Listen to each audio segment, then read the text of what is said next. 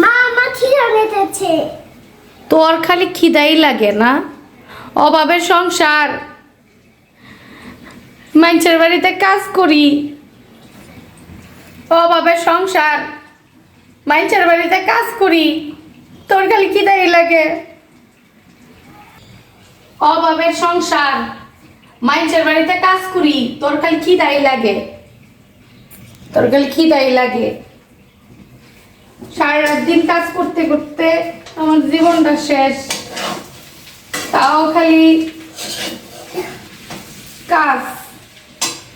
পোলাও খায় ম্যাডাম, 3:30 পোলাও খায়। আল্লাহ, পোলাও তো লেগে গেছে, পোলাও লেগে গেছে। আমি এখন কি করি বলেন? আল্লাহ, এই যে পোলাও লেগে গেছে, ম্যাডামে কি বলবে আমারে? পোলাও এর জন্য আমারে মাইরা আজকে ভর্তা বানায় ফেলবে।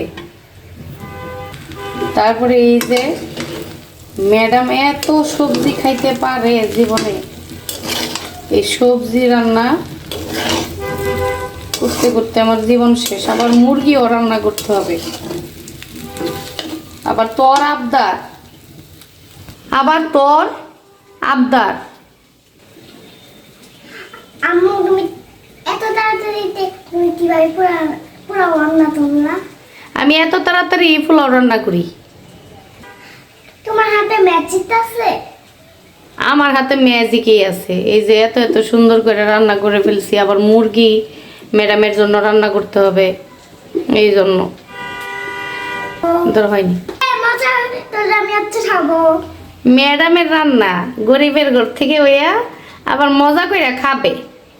গরিব মানুষের বাড়িতে কাজ করে খাওয়াই, মানুষের বাড়িতে কাজ করে খাওয়াই। এইগুলো পোলাও কি আমি গরিবের জন্য আছে নাকি? এগুলা খাইবো বড় লোকরা।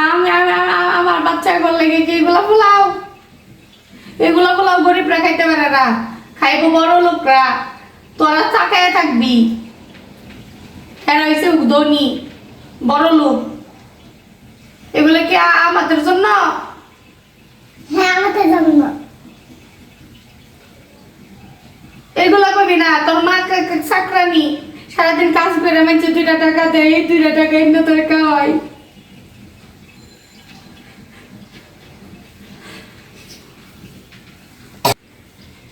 এগুলা চিন্তা বাদ দে, বাদ দে।